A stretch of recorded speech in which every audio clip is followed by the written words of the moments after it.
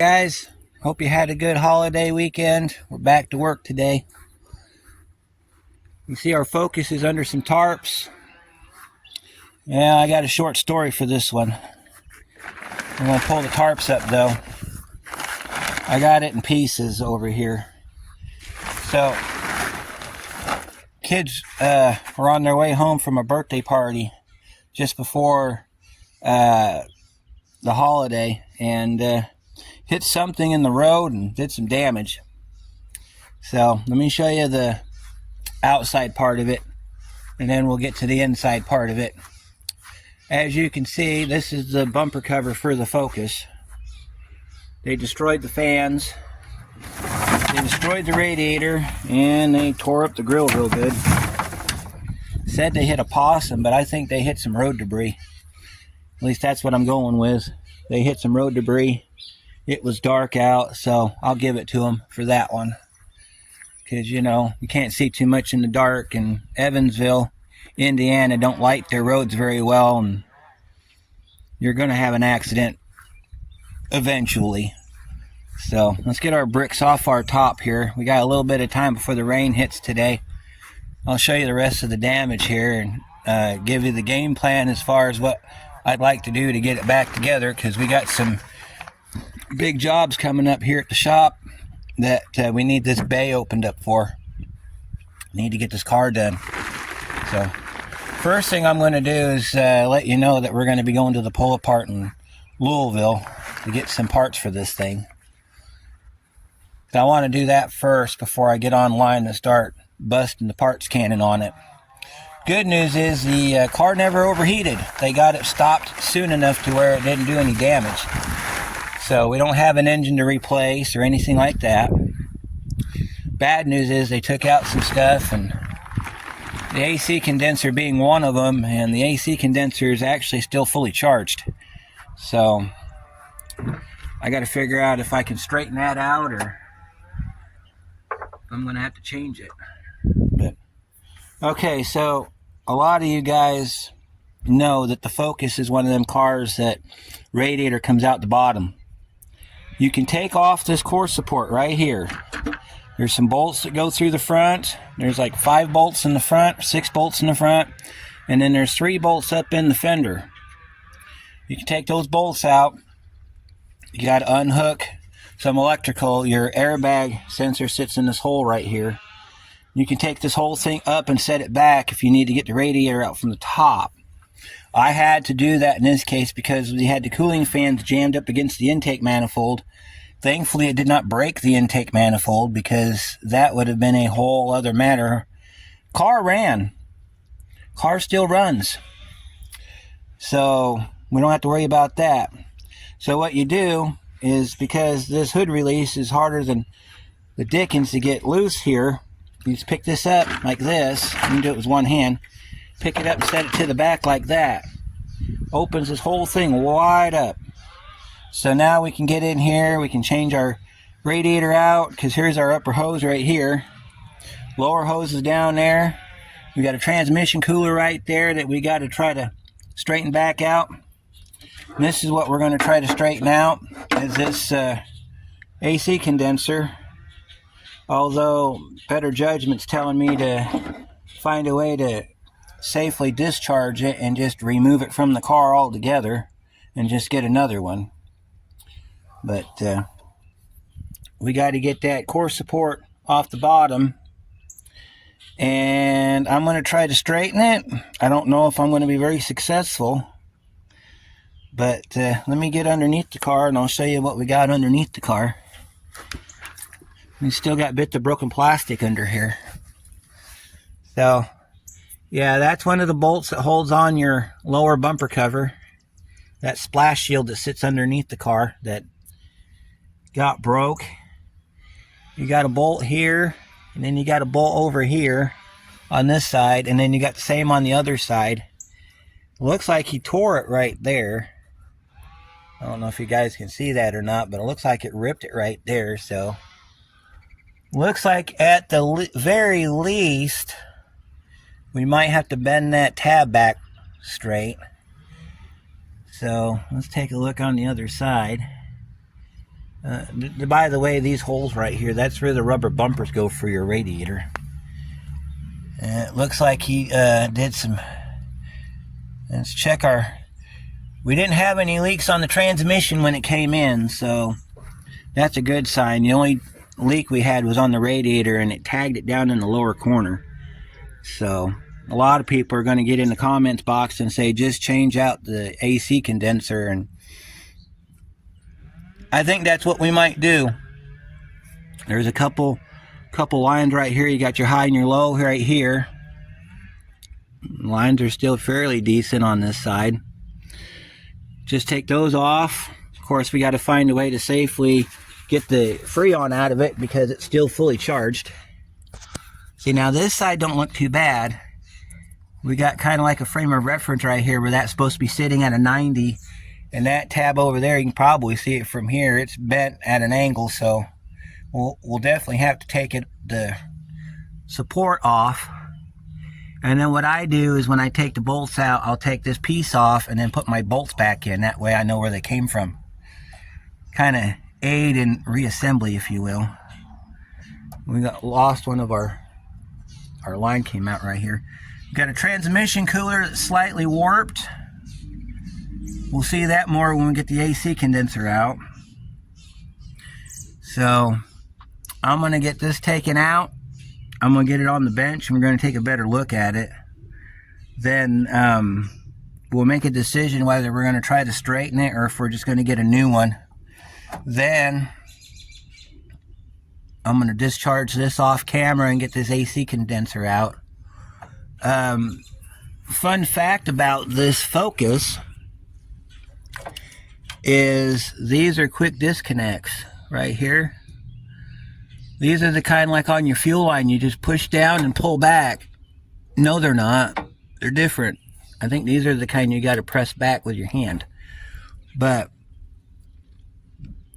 since the car's been sitting at an angle for a while, there might be a little bit of transmission line or transmission fluid left in it. We may be able to get this off, flatten it out on a table, and we'll save us some money there.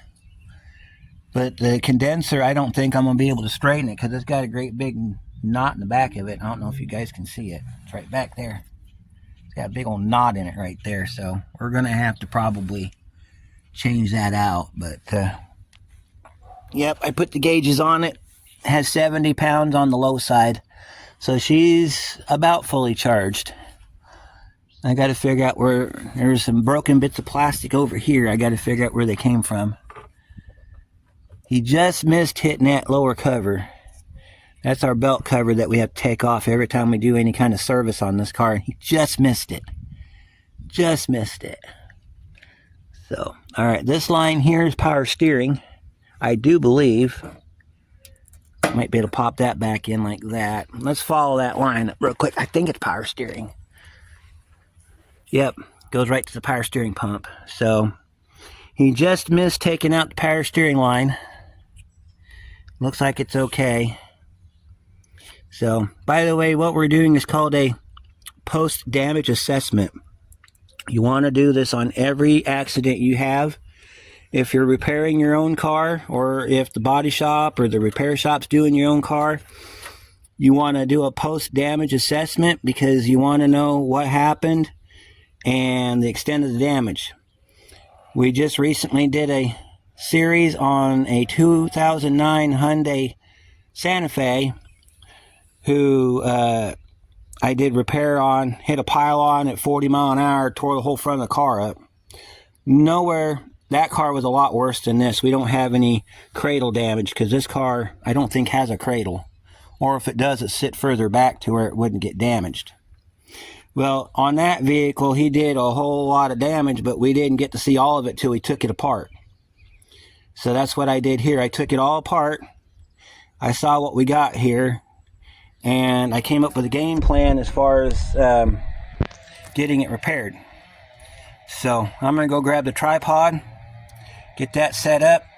I'm going to pull this core support off the bottom. We're going to try to get this condenser out today. And with any luck, we'll see if we can start getting some stuff ready so I can start ordering some parts. So we'll see you back here in a minute. All right, so we're all set up now. I'm going to get an 8mm. I believe that's the size of those bolts. I'm going to take those bolts out and get that core support down.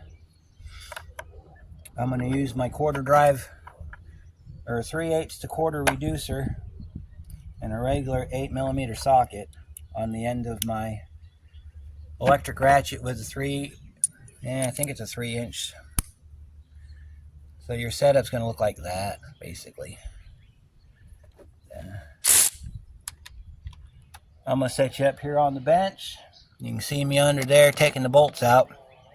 Then I'll show you how we straighten them tabs out.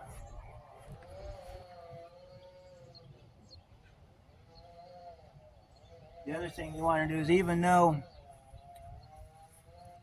Let me get you to where you can see what we're doing here. Alright, you can see me good. Okay. So, even though he hit below the bumper support, you always want to check your welds on the back. Because if it's road debris, it's going to be hard enough that if it bounced, like it hit something and bounced up, it could break a weld anywhere on this bumper support. So that's what I'm doing by looking down here, because I haven't done that yet. All my welds are good, so we're all right. We don't have to worry about it. So now I'm going to get underneath the car, get those 4 bolts removed, get that core support out of the way, and see what other kind of trouble we can get into today. We got a bolt here and we got a bolt on the other side. Oh, and they're not 8, they're 10. Okay, they're 10mm. They look like 8s to me. So that changes it up a little bit, because we got a regular 10 socket. So we'll just grab our regular 10 socket and just take it out that way. So, go over here and just get these bolts.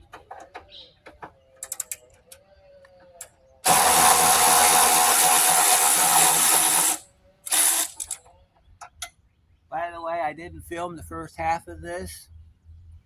So when we get ready to put the car back together, I'll show you how to do it, and then you can reverse it to see how you take it apart. So it's really not that hard to take this car apart. It's actually pretty simple.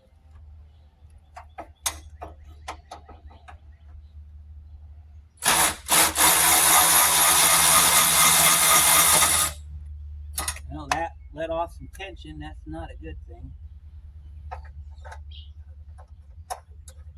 Put our bolts back in our holes. Now some cars will have all 3 holes. Some cars only have 2. So if your car only has 2 bolts on each side instead of 3, don't worry about it, because it depends on how it was done on the assembly line. There's some plants that did all 3 bolts, some plants did 2. But you'll always have at least 2 bolts per side. And the fact that springs back tells me there was tension on it, which means we may have to get the porta power out. We won't know until we get the part replaced. Alright, we gotta unhook the horn on this side. We got our horn right here, we gotta unhook it. So let me bring you over. I can show you how that works. You can set you right here on the bumper. Maybe. Hook you onto the intake there a little bit. See if we can get you to... Alright, then you come down here. Our horn's right here. Looks like you scuffed it a little bit, but that could be from anything. It still works. We got a tab down there. We got to push and release it right there. So you just push it on the back side and you slide that connector out. But I'm going to get a screwdriver because my hands are not that great today. Yeah, coming back from being sick, so I'm not 100% yet, but I will be. You reach it from behind. Yeah. You hold the tab down with one hand, then you take your screwdriver and push the connector off with your screwdriver. Like that. Okay, horn's disconnected. Alright, then we can pull our wire back and away. And then our horn's attached to the core support by a bolt right here. So the horn will come off with the core support. But we have to unhook the wire so it's not dangling. So I'll leave you up there. Focus on the horn, on the focus. Yeah, I know, haha. We'll pull that, we'll get this. Actually, what we're going to do real quick is I'm going to go ahead and take the horn off.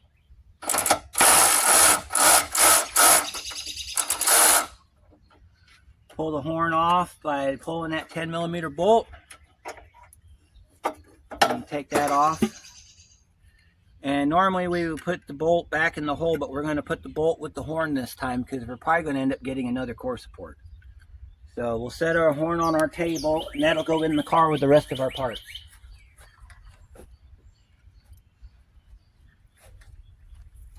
Alright, so I'm going to get you down under here. I'm going to show you where the bolts are located. I know I already did that, but you can get a better view on this side of what's going on because it's not all broken. So we're going to be taking out that bolt and the one in the back over here. That one right over there. So I'm kind of put you in a direction where you can see what's going on here. Alright, here we go. And get this out of your view here a little bit. There we go, kinda. Yeah, you can see the bolt's really good right there. It's that one, and then the one down behind it. And that core support's gonna hit the dirt. So if you're concerned about it falling, because normally you'd have a radiator on here, you'd support it with either a jack stand or an assistant. I don't care if it hits the ground, there's nothing attached to it. And get up in here and get this other bolt right here. Sometimes you gotta loosen it up like that. It's just a reflex of mine to grab it, especially because I want this bolt. And then we'll pull this core support down. We'll put our bolts back in our holes like this. Now this front one's threaded, so it's got a welded nut on the back. The good news is he didn't break none of the welds on the nuts, so I don't have to worry about finding somebody to weld those back together. There's our core support. Our transmission cooler's right there. It fell down when the core support came down. But that's going to happen because that's the only thing that was holding it up. So let me get this out of the car. It's hanging on by a hose. Alright, so now we're going to do an on the bench segment where we're going to look at what he did and come up with a game plan. So I'll see you on the bench. This week's segment of On the Bench is brought to you by Ford Focus. Okay, so we've got our lower radiator support. These little screws you see in the core support, those go to that plastic cover that goes over top. He hit it so hard he ripped the holes wide open on the part that goes underneath the bumper cover. So I'll tell you my rule when it comes to metal. If it's not too badly bent, I can usually straighten it and we'll be fine. If it's got rips in it like this is a tear right here in the metal. There's a good chance that it's not going to be structural anymore, in which case I'm going to just discard it. Based on what I'm seeing here, I could probably pop this piece right here in the vise and flatten it back out. But the part that bothers me is this right here. I don't have one to use as a frame of reference to know how far to bend them tabs, because it's different from the driver's side. Driver's side tabs are flat. I don't know if it's supposed to be flat on the other side. I have no way of knowing because I've never had to take a focus apart. It's just not something that you do in your everyday. What I will do though is I will go get a screwdriver and I will take these stupid little screw clips out that I hate more than life itself. That one's broken. So what I'll do is, the broken one is I'll save the screw and I'll throw away the base. So since that's what we got, I'm going to go ahead and consider that shot. And we're going to conclude this episode of On the Bench. Okay, so we're on the passenger side. We're looking under the bumper. We're looking at this mount right here for the radiator core support. Before we do anything to that, you need to do some investigating, because on any part that's bent, you're going to have flaked off paint. You're going to have some sort of stress mark. Either it'll be like stretched metal like on that support. You're going to have some sign either on the inside of the bend or on the outside of the bend to where it used to sit. If you don't have that, leave it alone, because you could be giving yourself more work than you need to, because this side may not be the same as the other side. Okay, so what I'm doing now is I'm looking at this, and what I'm looking for is any sign of paint damage, because if you bend metal, paint's going to crack. It's going to leave a mark behind. If I don't see that, I won't put my vice grips on here and try to straighten this, because I'm going to figure that this is supposed to be at this angle. Okay, so you got to read your metal. So I'm reading my metal. The other thing we need to do is, because this side got damaged, we have to look at our frame rail. This right here is the frame rail. We need to look at the frame rail, and we need to see if there's any damage done to the frame rail. I don't see any. I think we're going to get off pretty lucky with this one. We're going to leave that alone until we get the replacement piece. Then we'll figure at that point what to do regarding whether this gets straightened or not. We got our power steering line put back in its clamp. I think our next step is to discharge the AC system, which you don't need to see that part. Get the broken pieces off of it, because there's no way I'm going to be able to straighten that condenser. This down here is tacoed so bad that even if I tried to, it would start leaking. No point in saving it. So I'll take off the high side. Let's see, I think that's high side. Yeah, that goes right to the compressor. This is the compressor line. This line here is your line that goes to your receiver dryer. Your receiver dryer sits right here off to the side.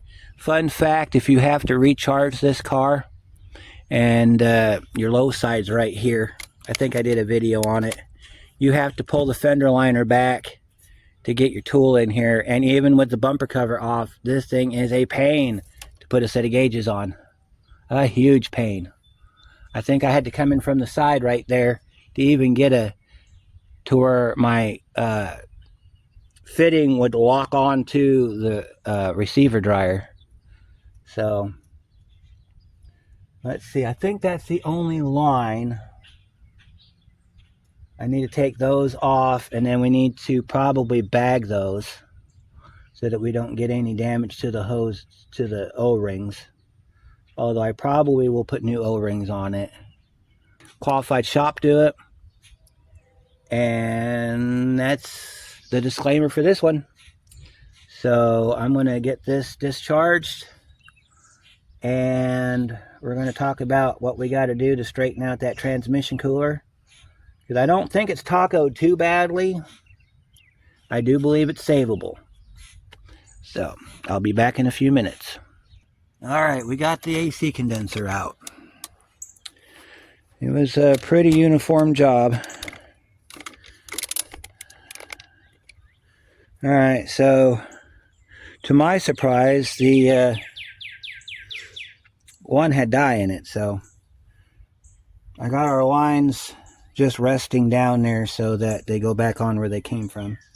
I'm going to save this other condenser as a frame of reference in case I forget which lines go where. Shouldn't have to, but... Alright, so we got this right here. We got to disconnect this so we can get it off our transmission line. I have no idea why it's wrapped around it. We got to get that line off of there though so that we can get our transmission cooler up and see if there's any way we can flatten it back out. So this here, if I'm thinking it correctly, this is your line for your cooling fans. Pull it loose like that, and then we can unwrap it, set it to the side, or we can go ahead and reconnect it, which is what I'm going to do. So this is a pretty neat looking connector they got here. It's basically just a snap and pull. So let me introduce you to your wiring right here. This whole thing, this right here, is your wiring harness for your cooling fans. You can take it off from this big 4-pin here and that 2-pin we just unhooked. If for some reason you need to take this off and mount this on prior to putting the cooling fans in, that's how you do it. You'd hook these up to your cooling fans. This goes to your resistor.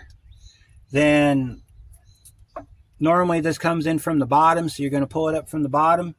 And then from the top of the car, you can get to these wires right here and plug them in. So let me get my gauges out of the way from my AC discharge that I just did. Get these out of the way so we can continue on with our investigation. So let's take a look at our transmission cooler. Now, I got lucky because the power steering cooler on that Hyundai, it was similarly bent. This one has hooks that hooks into the radiator. So this thing is sandwiched in between the radiator and the AC condenser. So from the looks of it, I might be able to bend it back, or at least, well, let me see if I can get this off without losing a whole lot of transmission fluid. We might be able to put it on the bench and try to flatten it out on the bench. I'm not sure if I want to do that or not. It's only got a slight bend in it. We might be able to twist it back straight. I don't really want to pull those transmission lines loose. So let's set that off to the side for right now. We'll pull up our radiator hoses here, our cooling lines. And yep, this is what we got. This is what we're working with here. Let me think. I need to investigate how these come off. Looks like they are... I don't know if there's a tool for this. I don't think there is. Looks like you just push and pull, but I don't know. I've never worked with these type of fittings before, so I need to figure out how they're attached. I do know that we can try to straighten this out enough to where we put it on the new radiator, it'll lock on. As long as it locks on, I don't care. It's not leaking. He didn't puncture it, so we're good. That's the saving grace here, because apparently those coolers are hard to find. I didn't realize that until I started doing parts research. We can leave it as is, which is what I'm thinking of doing, until we get the new radiator. And then after we get the new radiator in and hooked up, before we put the condenser back in, we can walk that on. Let me show you how this works, okay? So you got these tabs right here, okay? Because you're probably thinking, what's he talking about by locking on the radiator? Let's go to the trailer real quick. I'll pull the radiator up and I'll show it to you. Alright, that's the back side. That's where the cooling fan went into the radiator. You got your hooks right here. Those are for your cooling fans. So, side A, which is the side facing the outside, you have two sets of hooks. These two bottom sets of hooks, that's what that transmission cooler sits on. The upper hooks, these right here, they are what hooks to the condenser. Because on the condenser, you got them little metal pins that stick up. That's what locks onto the metal pins, okay? This is the top of the radiator. That's the bottom of the radiator. So you take the radiator and you shove the condenser down, which would be, I think, to the driver's side. Locks them into them tabs right there. That's how you do it. That's how you hook it up. And then, depending on your model, you'll either use this hose and this hose back here, or you'll plug them off. These are plugged. I don't even know why that's got anything on it. It's plugged from the factory. See, there's a hole, there's a plug in it. So we're going to have to take our caps back off this radiator. So that's something that we'll do later on. I can show you where the leak was. You broke a hole in it. Let me find it here. Right down there in that bottom corner. It popped a hole right down in here. So that's why he lost coolant. If he hadn't have broke it right there, he could have made it home. And then we could have assessed the damage, but as long as he hadn't broken this, he could still drive the car. He broke the tab off the bottom, because there's a tab that's supposed to go on right there. I pushed that out of the rubber bushing. So, oh yeah, there's also rubber bushings that go in this upper support too. Because when this sits down on the car, these holes right here that are in the top, those are for the upper radiator. That's where those go. And then your condenser sits in this hole right here, because that's how you access your high side. So we're down as far as we can go. I'm going to not try to straighten this out, because if I can get away with not having to straighten this out, we'll be okay. What I am going to do, though, so that I can close the hood down until we're ready for parts, is I'm going to probably zip tie it to this power steering line so that it's not hanging down and putting stress on my transmission lines. So I'm going to show you how you do that. I'm going to go grab a zip tie, and I'm going to show you how you secure your lines to your car in the event that you're waiting on parts. That way you can still move on to other things. Let me get this camera in a good spot where I can leave it.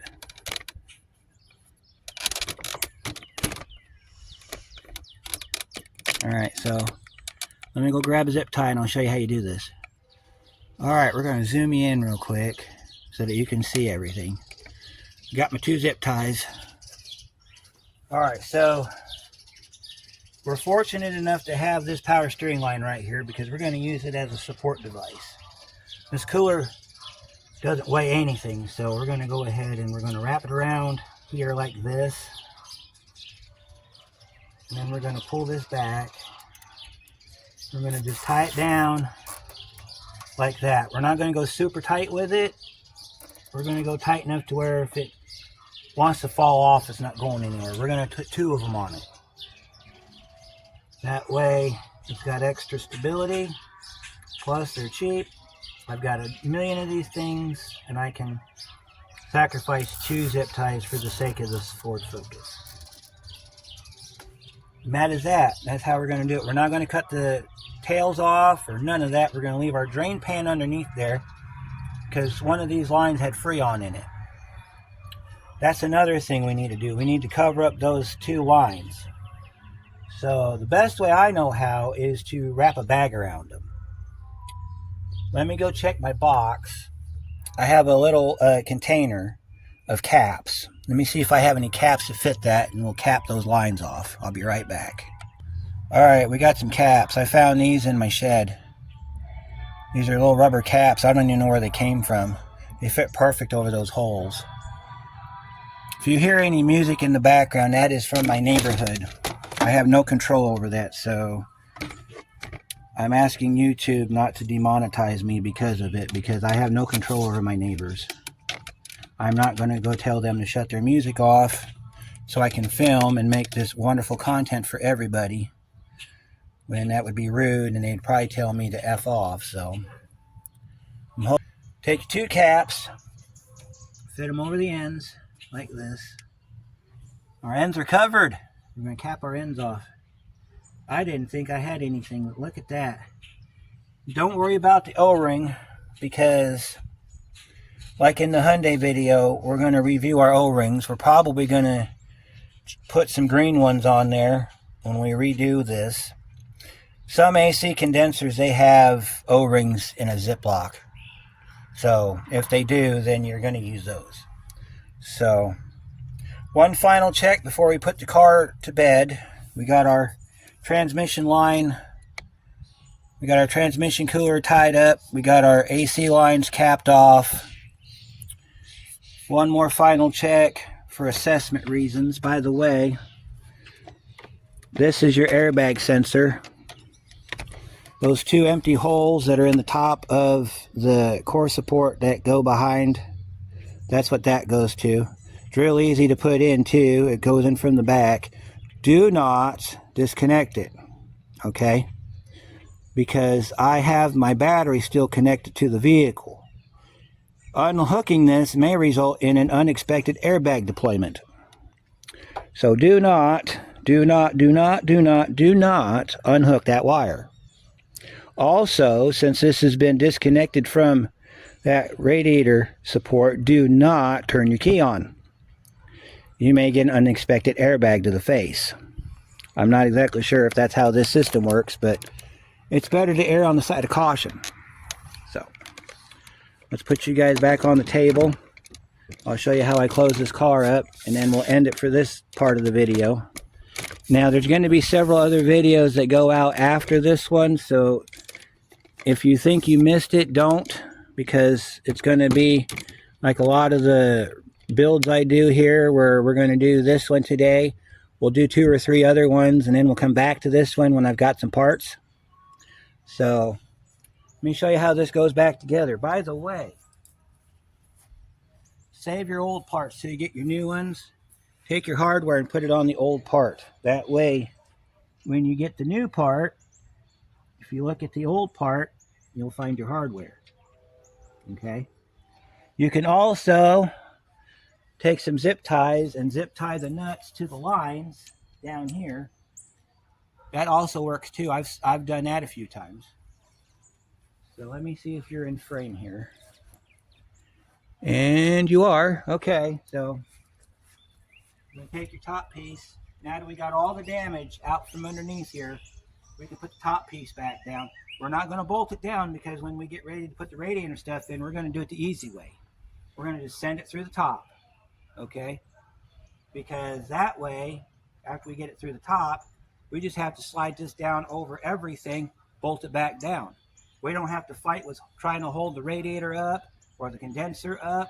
We can do it all from top side. There is enough room on the ramps for me to pull the radiator out from the bottom. Why would I have to do that if I could just take it out from the top this way? So,